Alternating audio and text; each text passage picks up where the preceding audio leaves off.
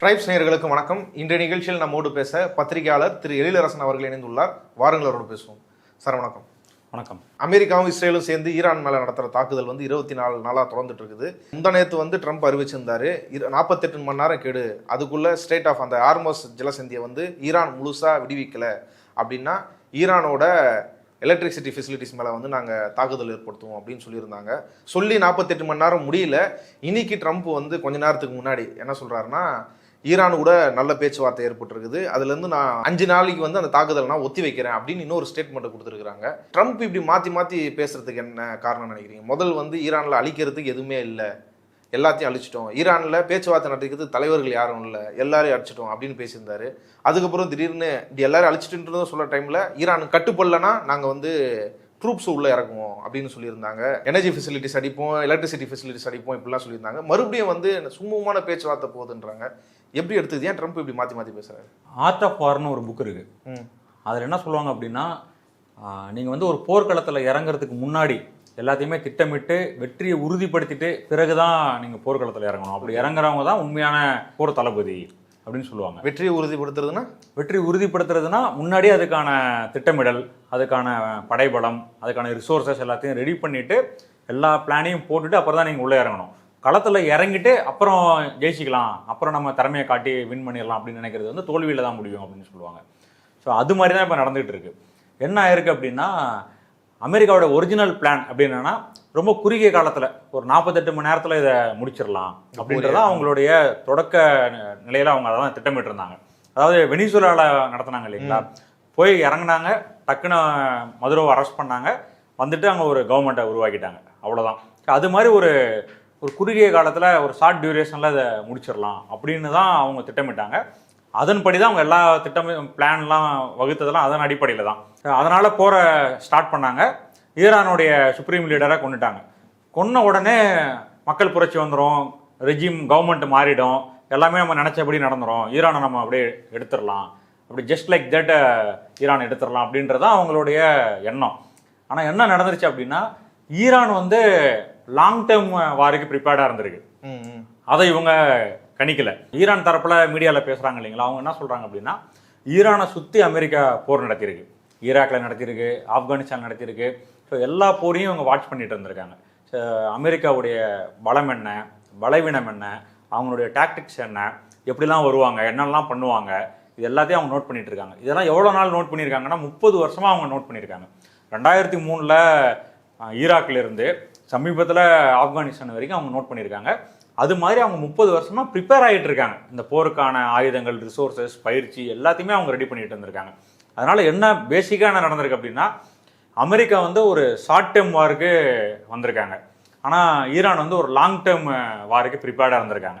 இப்போ அவங்க உறுதியாக இருக்காங்க, நாங்கள் உங்கள்கிட்ட பேச்சுவார்த்தை நடத்த முடியாது, காம்ப்ரமைஸ் கிடையாது, நெகோசியேஷன் கிடையாது, எதுவுமே கிடையாது, அடிதான் அப்படின்னு ஈரான் ஒரே உறுதியாக இருக்காங்க.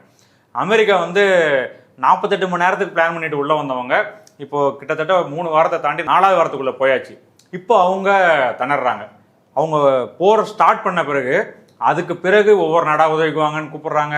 நாங்கள் எங்களுடைய ஏர்பேஸை யூகேல நிறுத்திக்கலாமா அப்படின்னு கேட்குறாங்க, ஸ்ரீலங்காவில் நிறுத்திக்கலாமான்னு கேட்குறாங்க. இது எல்லாமே என்னன்னா, போர்க்காலத்துக்குள்ளார வந்துட்டு அதுக்கப்புறம் ஜெயிக்கிறதுக்கான வேலைகள் என்னென்ன பண்ணுறது அப்படின்னு அமெரிக்கா பண்ணுறாங்க. இதுதான் மெயினாக அவங்க தோல்விக்கான காரணம். இதை அவங்க நீங்களே சொன்ன மாதிரி 48 மணி நேரத்தில் ஸ்ட்ரைட் ஆஃப் ஹார்மஸ் ஓப்பன் பண்ணல ஈரான் அப்படின்னா, ஈரானில் இருக்கிற பவர் பிளான்ட்ஸ்லாம் நாங்கள் அழிச்சிருவோம், அதாவது மின் உற்பத்தி நிலையங்கள்லாம் நாங்கள் அழிச்சிருவோம் அப்படின்னு சொன்னாங்க. ஆனால் ஈரான் சொன்னிச்சு, நாங்கள் பின்வாங்க மாட்டோம், நீங்கள் அப்படி அடிச்சிங்க அப்படின்னீங்கன்னா இஸ்ரேலில் இருக்கிற பவர் பிளான்ட்ஸ் எல்லாத்தையும் நாங்கள் அடிச்சிருவோம். அதே மாதிரி யூஎஸோடைய மிலிட்ரி பேசஸ் கல்ஃப் கண்ட்ரீஸில் இருக்குல்ல, அதுக்கு பவர் கொடுக்குற எல்லா பவர் பிளான்ட்டையும் நாங்கள் அழிச்சிருவோம். அப்போ கல்ஃப் கண்ட்ரீஸில் இருக்க பவர் பிளான்ட்லாம் அழிச்சிருவோம், இஸ்ரேலில் இருக்க பவர் பிளான்ட்லாம் அழிச்சிருவோம் அப்படின்னு சொன்னால் மக்களே ஆக்சுவலாக கல்ஃப் கண்ட்ரீஸும் பயந்துட்டாங்க, இஸ்ரேலில் இருக்கிற மக்களும் பயந்துட்டாங்க. இதில் என்ன குறிப்பாக நம்ம தெரிஞ்சிக்க வேண்டியது அப்படின்னா, இந்த கல்ஃப் கண்ட்ரீஸ்லாம் பெரும் அளவுக்கு, அதாவது 50%க்கு மேலே 80-100% வரைக்கும் கூட, அதாவது டீசலினேஷன் பிளான்ட் அப்படின்னு கடல் நீரை சுத்திகரித்து அதை தான் அவங்க குடிக்கிறதுக்கு பயன்படுத்துகிறாங்க. அப்போ அதுக்கு தேவையான கரண்ட், மின்சாரம் வேணும். இப்போ இதெல்லாம் அவங்க பவர் பிளான்ட் நம்பி தான் இருக்காங்க. நீங்கள் பவர் பிளான்ட்டை அடிச்சிட்டிங்க அப்படின்னா மொத்த நாடுமே பெரிய கிரைசிஸ்குள்ளே போயிடும், கல்ஃப் கண்ட்ரிஸ்லாம். அது மாதிரி யூஎஸ் மிலிட்ரி பேசஸ்லாம் பவர் இல்லாமல் இருண்டு போய் கிடக்கும். இப்போ இவ்வளோ பிரச்சனைகளை கல்ஃப் அதாவது கண்ட்ரி கிட்டத்தட்ட அது மொத்தமா செயலிழக்கிற மாதிரி தானே பவர் கட் பண்ணிட்டா யூஎஸ் மிலிட்டரி பேஸ. ஆமாம், அவங்க என்ன சொல்கிறாங்க அப்படின்னா ஈரானை நாங்கள் அப்படி செஞ்சுருவோம் அப்படின்னு யூஎஸ் சொன்னாங்க. நீங்கள் எங்களை அப்படி செய்யுங்க, ஆனால் நாங்கள் அதுக்கு ரிட்டாலியேட் பண்ணோன்னா மொத்த கண்ட்ரிஸ் கல்ஃப் கண்ட்ரிஸ் எல்லாமே போயிடும், இஸ்ரேலில் இருக்க எல்லா பவரையும் நாங்கள் ஆஃப் பண்ணிடுவோம், அடிச்சிருவோம் அப்படின்னு அவங்க சொல்லிட்டாங்க. இப்போ இதுதான் வந்து இந்த புது எஸ்கலேஷனுக்கு காரணம். இப்போ 48 மணி நேரம் இப்போ முடிய போகிற சூழ்நிலையில் சரி என்ன பண்ண போகுது அமெரிக்கா அப்படின்னு எல்லாருமே பரபரப்பாக எக்ஸ்பெக்ட் பண்ணிட்டு இருந்தோம். சரி அடுத்த நகர்வு என்ன அப்படின்ட்டு. ஆனால் இந்த நேரத்தில் ட்ரம்ப் சோசியல் மீடியாவில் போஸ்ட் பண்ணியிருக்காரு, நாங்கள் வந்து பேச்சுவார்த்தை ஈரானோடு பேச்சுவார்த்தை நடத்தியிருக்கோம், அதில் வந்து ஒரு நல்ல முடிவு, அதனால் நாங்கள் வந்து இதை நிறுத்தி வைக்கிறோம், அடுத்த 5 நாட்களுக்கு பவர் பிளான்ட் மேலே தாக்குதல் நடத்துறதை நிறுத்தி வைக்கிறோம். அதாவது போரை நிறுத்தி வைக்கல, நிறைய பேர் போரை நிறுத்தி வச்சிருக்கதா புரிஞ்சுக்கிறாங்க. பவர் பிளான்ட் மேலே நாங்கள் தாக்குதல் நடத்துகிற அந்த பிளானை, அந்த எச்சரிக்கையை நாங்கள் 5 நாட்களுக்கு போஸ்ட்போன் பண்ணுறோம், தள்ளி வைக்கிறோம் அப்படின்னு ட்ரம்ப் அறிவிச்சிருக்காரு. இதை வந்து ஈரான் சொல்லிட்டாங்க, நாங்கள் எந்த பேச்சுவார்த்தையும் நேரடியாகவும் அமெரிக்காவோட நடத்தலை, வேற நாடுகள் மூலமாகவும் நாங்கள் பேச்சுவார்த்தை நடத்தலை அப்படின்னு ஈரான் தரப்புல விளக்கம் சொல்லிட்டாங்க. இல்ல ஈரானோட ஃபாரின் மினிஸ்டர் அவரும் உறுதிப்படுத்திருக்காரு, முதல் மீடியா சொல்லியிருக்காங்க, அப்போ அவரும் உறுதிப்படுத்தியிருக்காரு இந்த டைமே வந்து ராணுவ ரீதியாக இன்னும் தயார்படுத்திக்கிறதுக்காக, அப்படி அதுக்காக தான் இந்த டைமே வந்து ட்ரம்ப் வந்து பாரோ பண்றாரு அப்படின்னு அவங்க ஃபாரின் மினிஸ்டர் சொல்லியிருக்காரு. ஸோ அதனால வந்து அதில் ஒரு முக்கியமான இது என்ன அப்படின்னா அமெரிக்கா வந்து பயந்து பின்வாங்கியிருக்கு, அதுதான் ஈரான் தரப்புல சொல்லப்படுது. எவ்வளோ தூரத்துக்கு அவங்க ஸ்டார்ட் பண்ணாங்க, இப்போ நீங்களே சொன்னீங்க இதை வந்து குயிக்காக நாங்கள் முடிச்சிருவோம் அப்படின்னு சொன்னாங்க, 5 நாளில் நாங்கள் முடிச்சிருவோம் நாங்கள், அதுக்கப்புறம் அதை வந்து ஒரு 3 to 4 வீக்ஸில் நாங்கள் முடிச்சிருவோம் அப்படின்னாங்க. அதுக்கப்புறம் $200 பில்லியன் ஈரான் வாருக்காக பணம் வேணும் அப்படின்னு சொல்லி நிதி யூஎஸ் காங்கிரஸ்ல நிதி வேணும்னு சொல்லி அப்ரோச் பண்றாங்க.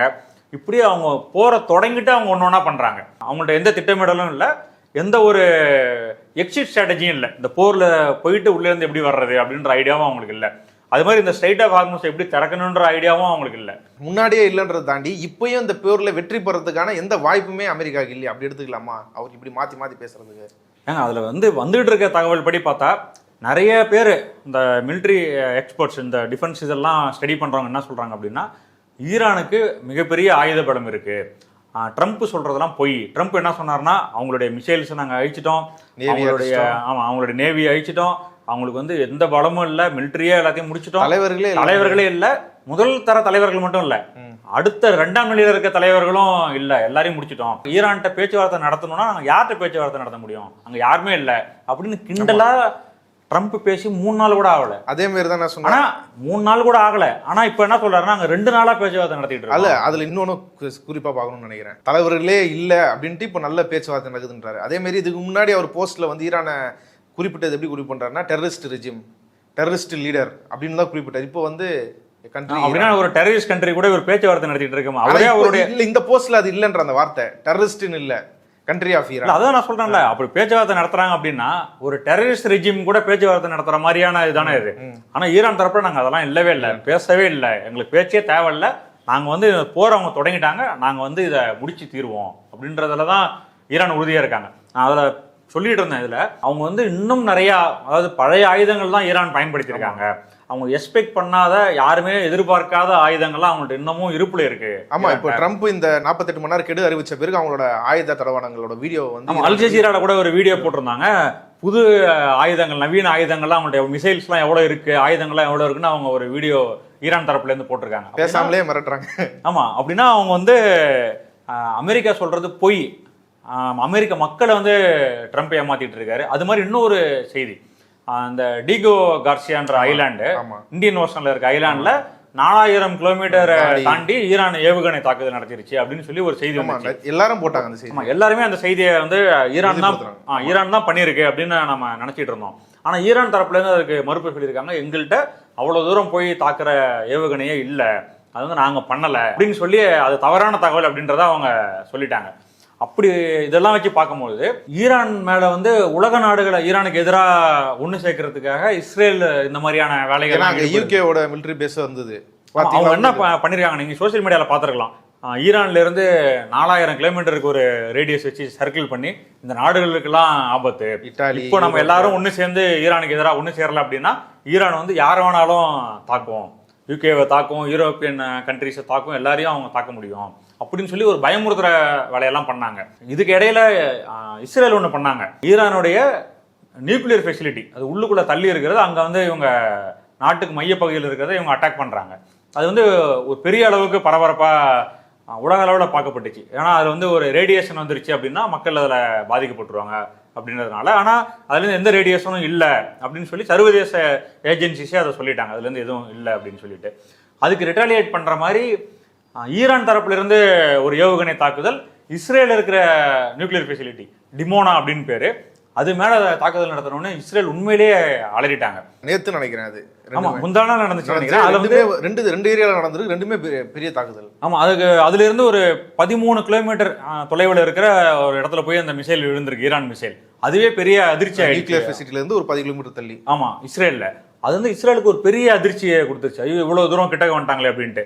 ஏன்னா இஸ்ரேல்கிட்ட வந்து நியூக்ளியர் வெப்பன் இருக்கு, அணு ஆயுதம் இருக்கு, அது வந்து அந்த இடத்துல தான் இருக்கு அப்படின்னு ஊடகங்கள்லாம் ரிப்போர்ட் பண்றாங்க. அதாவது அது வந்து அன்டிக்ளேர்டு நியூக்ளியர் வெப்பன் அப்படின்றாங்க, ஓப்பன் சீக்ரெட், யாருக்கும் அது ஓப்பனாக சொல்லலை, ஆனால் அது அங்கே தான் இருக்கு. இன்னும் சொன்னீங்கன்னா மிடில் ஈஸ்டர்ன் கண்ட்ரீஸ்லயே நியூக்ளியர் வெப்பன் இருக்கிற ஒரே நாடு இஸ்ரேல் தான், அது அந்த இடத்துல தான் இருக்கு அப்படின்னு சொன்னா. இப்போ ஈரான் கூட சொல்லியிருக்கிறாங்க, இப்போ தெரிஞ்சிருக்குது அவங்க கிட்ட இருக்குதுன்னு. அவங்க வந்து சர்வதேச முகமை கிட்ட அது இருக்கிறதுன்னு ரிப்போர்ட் பண்ணி அதுக்கு என்ன விதிமுறையோ அதை பின்பற்றதுக்கு மற்ற நாடுகள் வந்து அழுத்தம் தரணும் இஸ்ரேலுக்கு அப்படின்னு சொல்லி. இல்லை, இப்போ என்ன அப்படின்னா அந்த இடத்துல இவங்க அட்டாக் பண்ண உடனே பெரிய அளவுக்கு கதி கலங்கிட்டாங்க. அது மாதிரி அதுக்கு இன்னொரு சிட்டி ஆரட் அப்படின்னு ஒரு ஏரியா இஸ்ரேல்ல, அங்க வந்து கட்டிடங்கள்ல மேலலாம் வந்து இடிஞ்சு போன மாதிரி இவங்க போட்டோஸ்லாம் வந்து பரப்பிட்டு இருக்காங்க இஸ்ரேல்ல இருந்து. அது வந்து ஈரான் தாக்குதல்ல நடந்துச்சு அப்படின்னு. அதாவது அது ஈரான் தாக்குதல்ல நடந்துச்சு, மக்கள் வந்து 200 பேர் அளவுக்கு காயம்பட்டிருக்காங்க, ஹாஸ்பிட்டல் போயிருக்காங்க, இதெல்லாமே அவங்க சொல்றாங்க. ஆனா இது சொல்லிட்டு அவங்க என்ன சொல்றாங்க அப்படின்னா, எங்க சிவிலியன் மேல அட்டாக் பண்ணிட்டாங்க, எங்களுடைய மக்கள் காயம்பட்டிருக்காங்க, பாத்தீங்களா ஈரான் எவ்வளவு மோசமான, இப்பேற்பட்ட அட்டாக்லாம் வந்து பொதுமக்கள் மேல தாக்குதல் நடத்திட்டு இருக்காங்க, இதுதான் ஈரான். இப்பயாச்சும் எல்லா நாடுகளும் ஒண்ணு சேருங்க, எல்லா நாடுகளும் ஒண்ணு சேருங்கன்னு ஒவ்வொரு முறையும் சொல்லிட்டு இருக்காங்க. நெத்தன்யாவே இப்போ அப்படி பதட்டமாய் கதறாரு. நெத்தன்யாஹு தான் சொல்றாரு இதை. அந்த ஸ்பாட்ல போயிட்டு பாதிக்கப்பட்ட ஏரியாவெல்லாம் பார்த்துட்டு உலக நாடுகள்கிட்ட போய் கதறாரு, எல்லாம் வாங்க, எப்பேற்பட்ட நாடு பாருங்க, பொதுமக்கள் அடிச்சுட்டாங்க பாருங்க அப்படின்ட்டு. ஆனா இவங்க காசால என்ன பண்ணாங்க, எவ்வளவு குழந்தைகள், அதாவது ஐநா சபையோட ரிப்போர்ட் படி 50,000 குழந்தைகள் மட்டும் 50,000 குழந்தைகள் இறந்திருக்காங்க காசால. அப்போ ரிப்போர்ட்டர்ஸ், ஜேர்னலிஸ்ட் 200க்கும் மேற்பட்ட ஜேர்னலிஸ்ட் இறந்திருக்காங்க காசால போட்டிருக்காங்க. ஆமா, இவ்வளோ பேர் அங்க இறந்திருக்காங்க. அதாவது இதெல்லாம் வந்து எதேச்சியா நடந்துச்சு, ஏதோ தவறி போய் குண்டு விழுந்துச்சு அப்படிலாம் கிடையாது. என்ன சொல்றாங்க அப்படின்னா, இஸ்ரேல்கிட்ட குறிப்பாத்து எரியக்கூடிய அளவுக்கு அவங்களுக்கு தொழில்நுட்பம் இருக்கு, பாம்பு போடணும் அப்படின்னா அவங்க வந்து தவறா ஒரு இடத்துல போடுறாங்க அப்படிலாம் கிடையாது. அந்த ரிப்போர்ட்டர் ஒரு வீடியோ கூட சோஷியல் மீடியால வந்திருக்கு, ஒரு ரிப்போர்ட்டர் ரிப்போர்ட் பண்ணிட்டு இருக்காரு, அவருக்கு பக்கத்திலேயே பாம்பு விழுது. Further rocket attacks were reported against Nahariya and admitted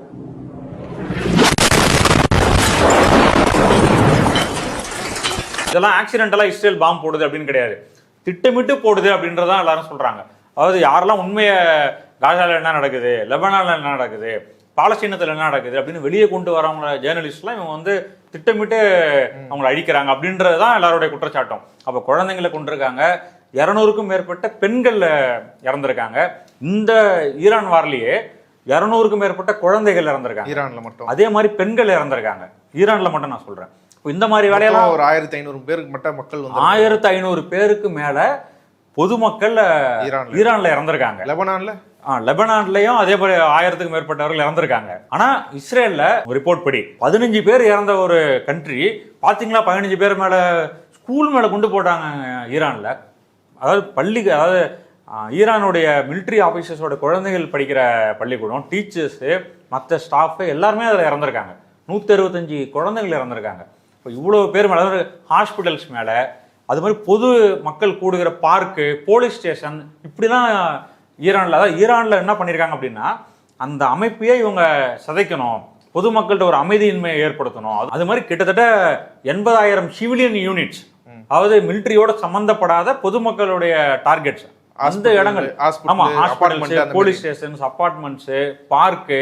அவங்க போலீஸ் ஸ்டேஷன் எதுக்கு குறி வச்சு அடிக்கிறாங்கன்னா, மக்களுடைய அன்றாட பிரச்சனைகள் இருக்குல்ல, அதெல்லாம் அவங்க குறைக்கணும்.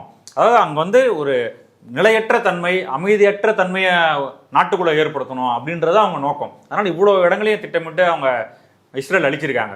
இன்னைக்கு செய்தி வந்திருக்கு, லெபனான்ல லிட்டானி ரிவர் அப்படின்னு ஒண்ணு, தெற்கு லெபனானையும் மீதி கண்ட்ரியையும் இணைக்கிறது வந்து அந்த ரிவர் மேல இருக்க பிரிட்ஜு.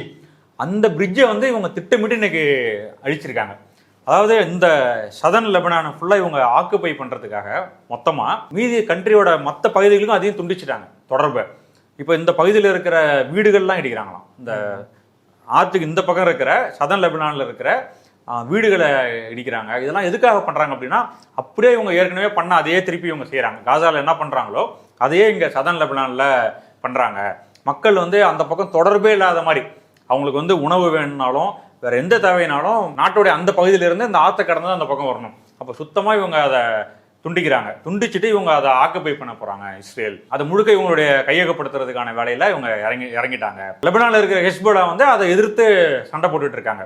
அந்த லெபனானுடைய பிரசிடென்ட்டே சொல்லியிருக்காரு, இந்த பிரிட்ஜை இடிச்சதே வந்து அந்த சதன் லெபனானை இவங்க கேப்சர் பண்றதுக்காக தான். அந்த ஏற்கனவே இது மாதிரியான முன்னோட்டங்கள் பல இடங்கள்ல அவங்க செஞ்சிருக்காங்கல்ல. இப்போ ஒரு கொலை நடந்துச்சு அப்படின்னா இது மாதிரி எங்க நடந்துச்சுன்னு போலீஸ் தேடுவாங்கல்ல, அது மாதிரி இவங்களோட இந்த பேட்டர்ன் இருக்குல்ல, இந்த பிரிட்ஜை இடிக்கிறது, இவங்க அதை செய்யறது, இது எல்லாமே வந்து அந்த நாடை கைப்பற்றுறதுக்கான இவங்க ஏற்கனவே பல இடங்களில் செஞ்சதை அப்படியே இங்கே செய்கிறாங்க அப்படின்னு சொல்லியிருக்காங்க. அமெரிக்காவும் அதே மாதிரி ஒரு பேட்டர்ன் தானே கைப்படுத்துது.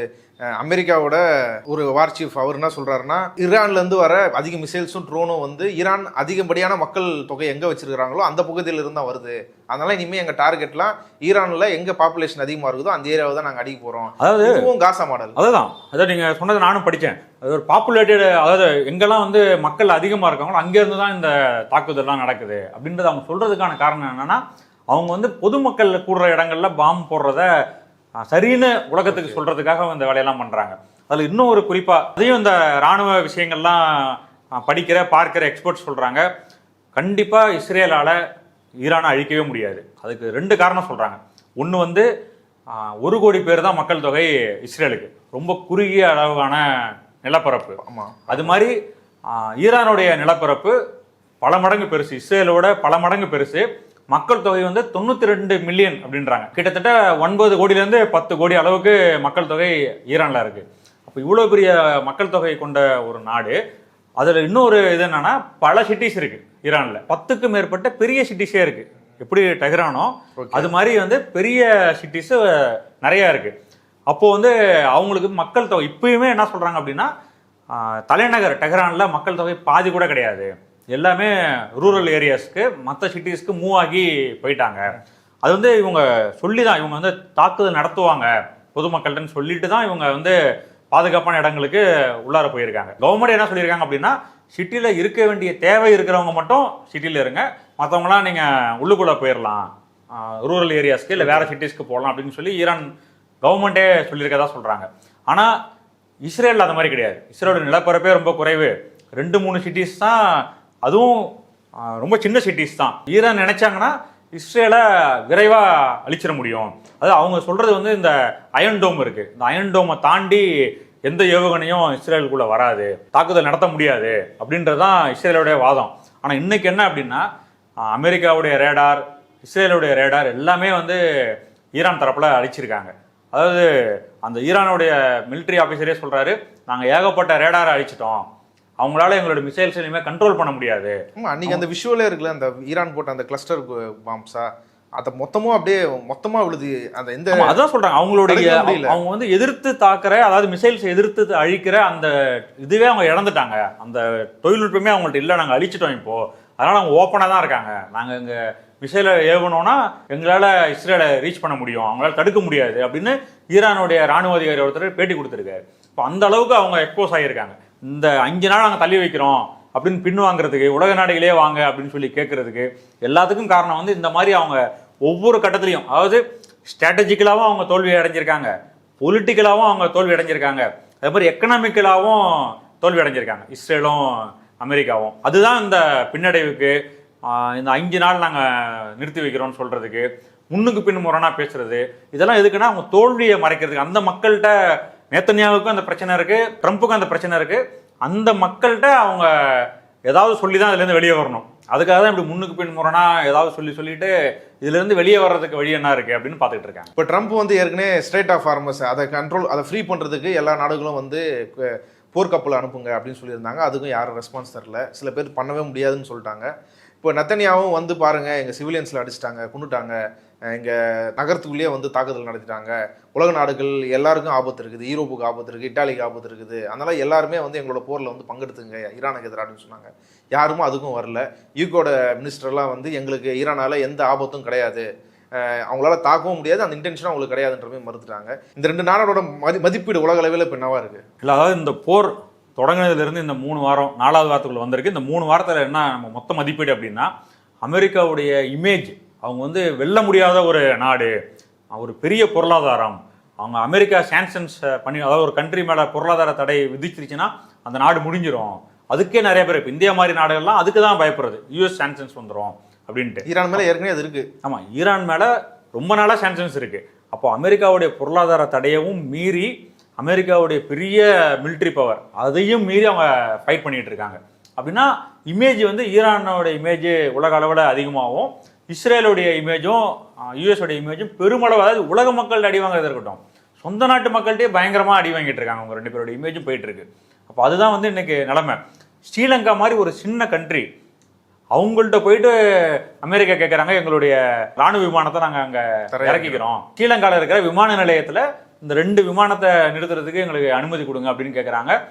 அந்த நாட்டோட ஸ்ரீலங்காவுடைய பிரசிடென்ட் எங்கள் நாட்டில் வந்து இன்னொரு நாட்டோடைய விமானத்தை நிறுத்துறதுக்கு நாங்கள் அனுமதிக்க முடியாது அப்படின்னு ஸ்ரீலங்கா சொல்லிடுச்சு. ஸ்ட்ரெய்ட் ஆஃப் ஹார்மஸ் ஓப்பன் பண்ணுறதுக்கு எல்லா நாடும் அவங்க நேவியை அனுப்புங்க, கப்பல் படை அனுப்புங்கன்னு கேட்குறாங்க. எந்த நாடும் கப்பல் படை அனுப்பலை. இப்போ இதுதான் அமெரிக்காவுடைய இஸ்ரேலுடைய நிலைமையாக இன்னைக்கு இருக்குது. ஆனால் ஈரானுடைய நிலைமையை நீங்கள் யோசிச்சு பாருங்க. சில செய்திகள் இந்த போர் தொடங்கின பிறகு, குறிப்பாக இந்த பெர்ஷியன் நியூ இயர் அதை ஒட்டி முஸ்தபா அமேனியோடைய உரை ஸ்டேட்மெண்ட் வெளியே வருது.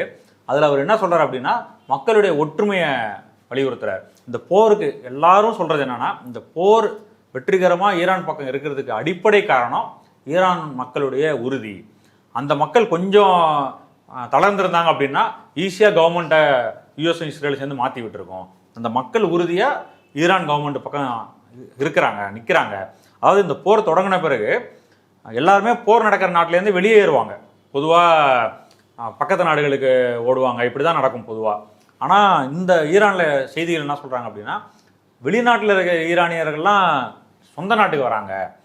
அது துருக்கிக்கு வந்துட்டு துருக்கியிலேருந்து ரோடு வழியாக ஈரானுக்குள்ளே வந்துட்டு இருக்காங்க. எங்கள் நாடு ஆபத்தில் இருக்கும்போது நாங்கள் எங்கள் நாட்டில் இருக்கணும், நாங்கள் வெளிநாட்டில் இருந்து என்ன பண்ணுறது அப்படின்னு சொல்லிட்டு நாட்டுக்குள்ள ஆள், அதாவது ரிவர்ஸில் நடந்துட்டு இருக்குன்றாங்க. ஆமாம், டெஹரான்லேருந்து வெளியேறினவங்க கூட அங்கே ஏதோ ஒரு ஊர்வலம், இவர் லாரி ஜானி செத்த அவரோட ஈவெண்ட்டாக இருக்கட்டும், இல்லை அந்த ராணுவ வீரர்கள் ஈவெண்ட்டாக எல்லாம் பொதுமக்கள் வந்து லட்சக்கணக்கில் வீதியில் வந்து நின்றுட்டு ஊர்வலத்துக்கு வராங்க, இறுதி ஊர்வலத்துக்கு வராங்க. இப்படிலாம் வந்து பார்க்கும்பொழுது அந்த உறுதி இருக்குல்ல மக்கள், அதாவது அதுதான் வந்து முஸ்தபா கமேனி சொல்லியிருக்காரு, மக்களுடைய அந்த யூனிட்டி, அந்த ஒற்றுமை தான் இது இந்த வெற்றிக்கு காரணம் அப்படின்றதெல்லாம் அவர் சொல்லியிருக்காரு. அது மாதிரி இன்னொன்று குறிப்பாக இந்த போரில் ஈரான் மக்களுடைய உறுதியை சொல்கிறதுக்கு நிறைய வீடியோஸ் வந்துட்டு இருக்கு.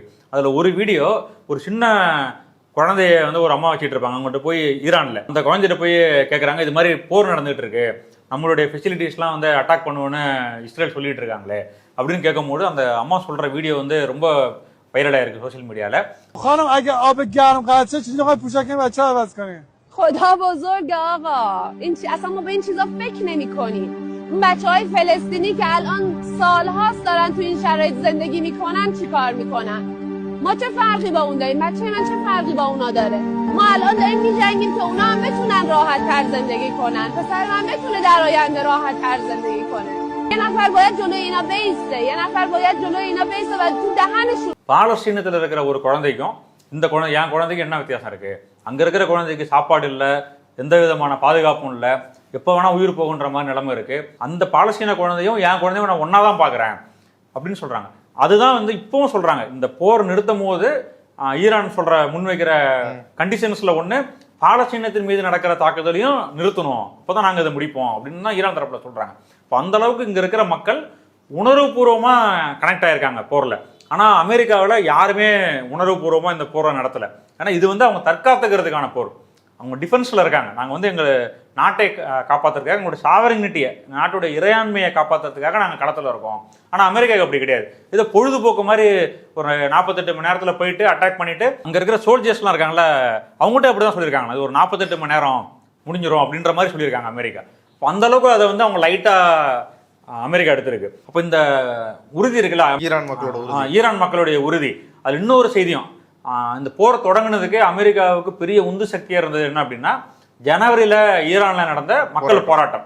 அது வந்து அரசாங்கத்துக்கு எதிராக மக்கள், அதாவது குறிப்பாக இளைஞர்கள் பெரிய அளவுக்கு போராட்டம் பண்ணாங்க, நிறைய பேர் இறந்தாங்க.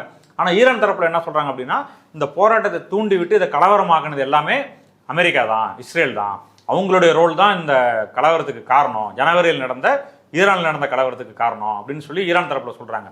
அந்த போராட்டத்தில் கலந்துக்கிட்ட மாணவர்கள், இளைஞர்கள், அவங்களாம் இப்போ அரசாங்கத்துக்கு ஆதரவாக மாறி நிற்கிறாங்க, அமெரிக்காவுக்கு எதிராக கோஷம் போடுறாங்க, இஸ்ரேலுக்கு எதிராக கோஷம் போடுறாங்க.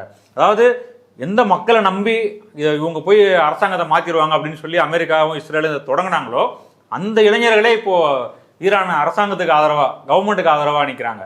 அப்படின்னா அது அவங்க எக்ஸ்பெக்ட் பண்ணது எதுவுமே இந்த போரில் நடக்கலை. அதனால பெரிய ஏமாற்றத்தில் இஸ்ரேலும் யூஎஸும் இருக்காங்க. அதனால அவங்க இமேஜ் போயிடுச்சு, பொருளாதார ரீதியாகவும் பெரிய அளவுக்கு நஷ்டம்.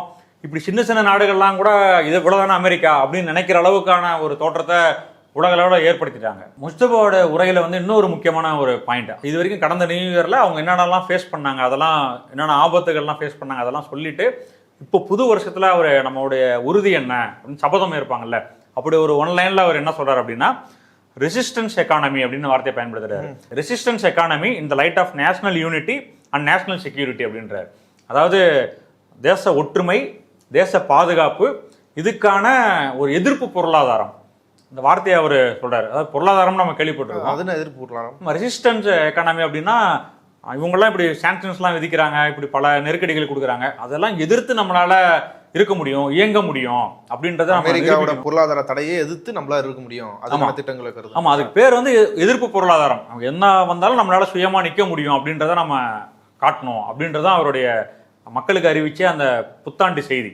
இதை சொல்றாரு. ஆனா அமெரிக்கா தரப்புல என்ன நடக்குது அப்படின்னா, அமெரிக்கா எந்தெந்த நாடுகள்லாம் மிலிட்ரி பேசஸ் வச்சிருந்தாங்களோ அந்த நாடுகளே இப்போ இவங்கெல்லாம் ஏன் வந்து இவ்வளோ நாள் இங்கே மிலிட்ரி பேஸ் வச்சு, கல்ஃப் கண்ட்ரிஸ் எல்லாமே அவங்கள கேள்வி கேட்குறாங்க. இந்த போர் முடிஞ்ச பிறகு கண்டிப்பாக கல்ஃப் கண்ட்ரிஸ்லாம் அமெரிக்காவை கேள்வி கேட்பாங்க, இங்கெல்லாம் எதுக்கு இவ்வளோ இடங்கள் உங்களுக்கு கொடுத்துருக்கோம், இவ்வளோ ஃபெசிலிட்டிஸ் கொடுக்குறோம், இவ்வளோ நிதி கொடுக்குறோம், ஃபண்டு இவ்வளோ கொடுக்குறோம், ஆனால் நீங்கள் எங்களுக்கு எந்த பாதுகாப்பையும் கொடுக்கல, அப்போ இதெல்லாம் உங்களுடைய சுயலாபத்துக்காக நீங்கள் வச்சிருக்கீங்க அப்படின்னு சின்ன சின்ன நாடுகள்லாம் கூட அமெரிக்காவை கேள்வி கேட்குற நிலைமைக்கு இந்த போர் அமெரிக்காவை வந்து பின்னாடி தள்ளிடுச்சு அப்படின்றதான் நிதர்சனமான உண்மை. ஓகே, இப்போ இன்னொரு பக்கம் வந்து ஈரானோட அவங்க வந்து வெளியுறவுத்துறையை வந்து அணுகிற விதம், அவங்க தொடர்ச்சியாக வந்து மற்ற நாடுகள்கிட்ட இந்த போரை குறித்து அவங்க பார்வை என்ன, அவங்களோட நியாயம் என்ன அப்படின்றத வந்து தொடர்ச்சியாக வலியுறுத்திட்டு இருக்கிறாங்க. அதுவும் ஓரளவுக்கு ஈடுபடுதோ மற்ற நாடுகள் வந்து இதில் ஈடுபடாமல் இருக்கிறது. இப்போ ஸ்ரீலங்கா ஒரு ஸ்டாண்ட் அறிவிச்சாங்க, அமெரிக்கா ஒத்துழைக்க மாட்டேன்னு. ஒன்னே வந்து ஸ்ரீலங்காவுக்கு ஏதோ ஆயிலோ இல்லை மற்ற ஏதோ தேவை, இந்த ஸ்ட்ரைட் ஆஃப் ஹார்மஸ் மூலியமாக அவங்க கப்பல் கிடக்கணும்னா அதுக்கு நாங்கள் அனுமதி தரோம் ஸ்ரீலங்கா கிட்டன்னு அறிவிச்சிட்டாங்க. ஜப்பான் அமெரிக்காவுக்கு உதவும், அமெரிக்காவோட ரொம்ப நெருங்கிய நாடு உறவு பெறுறதுல அவங்க உதவும் அப்படின்ற நிலைமையில ஜப்பானுக்கு அந்த மாரி சலுகை அறிவிச்சாங்க. இந்த மாரி மற்ற நாடுகள்கிட்ட அதாவது அமெரிக்கா ஏற்கனவே சொல்லியிருந்தாங்க, அமெரிக்காவுக்கு வந்து இது ஒரு சாய்ஸ், இந்த போர்ன்றது எங்களுக்கு இது வந்து சர்வே பண்ணுறதுக்கான ஒரு விஷயன்ற மாரி இவங்க ஸ்டேட்மெண்ட் இருக்குது. இதில் உலக நாடுகள் சொல்கிறது, தனிப்பட்ட நாடு கூட இருக்கிற பிரச்சனையை வந்து டீல் பண்ணுறது, இதெல்லாம் ரொம்ப ஜெனியூனாக இருக்கிறதுனால தான் மற்ற நாடுகள் வந்து இதில் டிப்ளமேட்டிக்காக இருக்கிறதுக்கு காரணமாக இருக்கும். அதுவும் முக்கியமான காரணம் என்னன்னா, ஈரான் வந்து தொடக்கத்தில் இருந்தே இது வந்து நாங்கள் டிஃபென்ஸ் தான், அதாவது எங்களை நாங்கள் தற்காத்துக்கிறோம், நாங்கள் அட்டாக் பண்ணல. இந்த வாரம் தொடங்குனது, வார் ஆஃப் அக்ரெஷன் வந்து அமெரிக்கா தரப்புலேருந்து இஸ்ரேல் தரப்புலேருந்து தான் வந்துச்சு, நாங்கள் தொடங்கலை.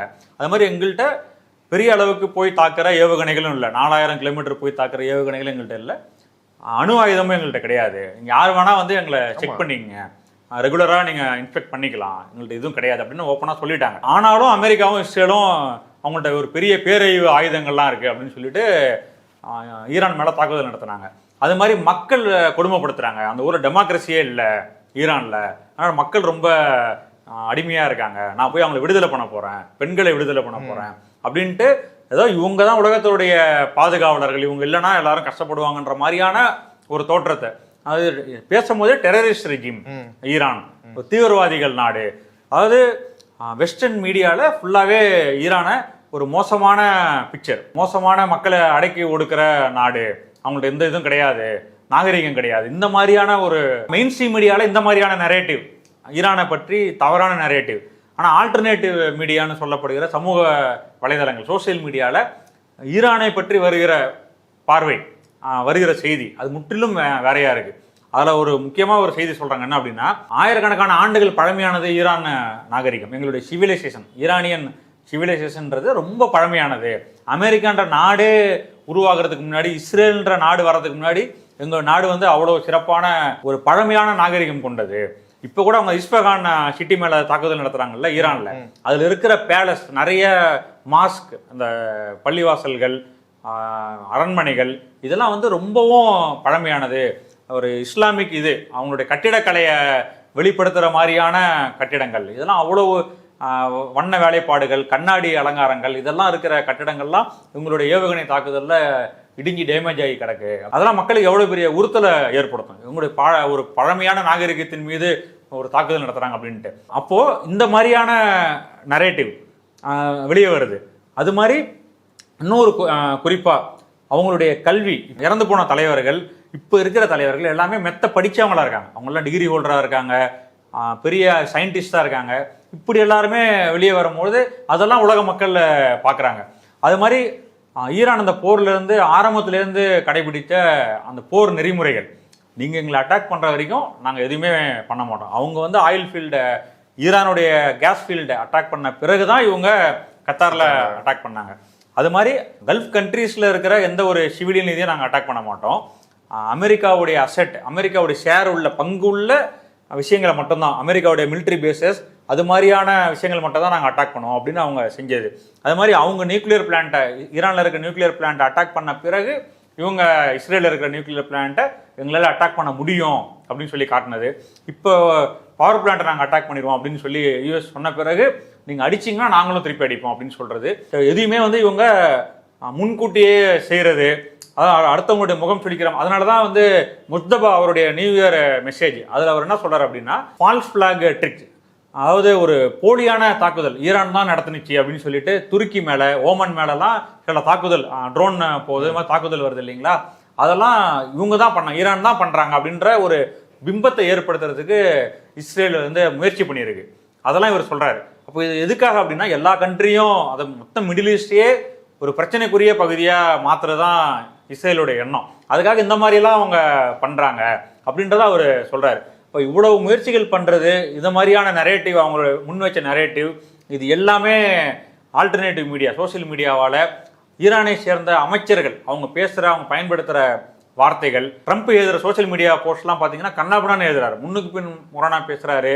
சில வார்த்தைகள்லாம் ரொம்ப ஒரு தலைவர் இப்படி பேசலாமா அப்படின்ற மாதிரியான சொற்றொடர்கள்லாம் இவர் பயன்படுத்துறாரு. ஒரு அமெரிக்காவோட செனட்டர் வந்து சொல்லியிருந்தாரு, இந்த போர் வந்து ஒர்த்து, அமெரிக்கா இதுக்காக பண்ணுற செலவுலாம் ஒர்த்து, இந்த போரில் வந்து ஜெயிச்சிச்சுன்னா வெஸ்டர்ன் கண்ட்ரீஸில் இருக்க ஆயில் ஃபெசிலிட்டி எல்லாமே அமெரிக்கா கண்ட்ரோல் பண்ணுறோம், ஈரானோட ஆயில் ஃபெசிலிட்டி எல்லாமே அமெரிக்காவோட கண்ட்ரோல் பண்ணுறோம், இப்படிலாம் பேச. இந்த மாதிரியான இதெல்லாம் வெளியே வருது அமெரிக்கா தரப்புல இருந்து, இஸ்ரேல் தரப்புல இருந்து.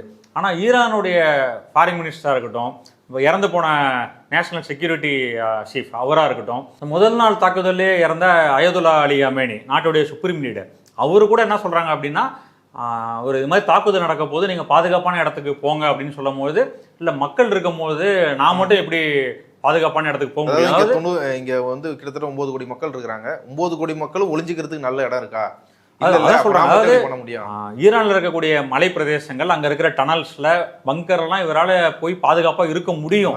ஆனாலும் நான் வந்து ஆபீஸ்ல தான் இருப்பேன் அப்படின்னு சொல்லிட்டு அவர் இருந்தாரு தாக்குதல் நடக்கும்போது அப்படின்னு செய்தி வருது. அப்போ மக்கள் தான் முக்கியம் அப்படின்றதான். இப்போ லாரிஜானியே என்ன சொல்றாங்க, இல்லை மற்ற தலைவர்கள் என்ன சொல்றாங்கன்னா, எல்லாருமே ரொம்ப சிம்பிளா வாழக்கூடியவங்க, யாரும் ஒரு படோடபமான வாழ்க்கை, ஒரு பெரிய ஆடம்பரமான இது, அது மாதிரிலாம் வாழாதவங்க அப்படின்னு தான் சொல்கிறாங்க. ஆனால் அமெரிக்கா தரப்பில் என்ன சொல்கிறாங்க அப்படின்னா, இவங்கெல்லாம் பெரிய கொள்ளைக்காரங்க, பணத்தெல்லாம் வச்சுக்கிட்டு பெரிய இன்வெஸ்ட் பண்ணி வச்சிருக்காங்க அப்படின்னு அவங்க ஒரு நரேட்டிவ் யூஎஸ் தரப்புல இருந்து. இவரை கொன்ன பிறகு உலகத்திலே தீவிரவாதிகளோட தலைவரை கொண்டு வந்தானே சொன்னார் ட்ரம்ப், கொன்ன பிறகு. ஆமாம், அந்த மாதிரி அவங்க சொல்கிறாங்க. ஆனால் இவங்கெல்லாம் அவங்க மக்களை நேசிக்கக்கூடிய தலைவராக அவங்க இருக்காங்க. மக்களும் அவங்கள, இன்னொரு வீடியோ கூட வந்துச்சு, அந்த பெர்சியன் நியூ இயரில் அயதுல்லா அலி அமேனி பேசுகிற அவருடைய குரலை ஒலிக்கிற மாதிரி போடுறாங்க. ஈரானில் மக்கள் வந்து அவருடைய குரலை கேட்டு அழுகிறாங்க, கண்ணீர் வடிக்கிறாங்க. அந்த அளவுக்கு எமோஷ்னலாக அவங்க லீடர் கூட ரொம்ப கனெக்டடாக இருக்காங்க மக்கள். இப்போ அந்த மாதிரி இருக்கக்கூடிய இதெல்லாம் வெளியே வருது.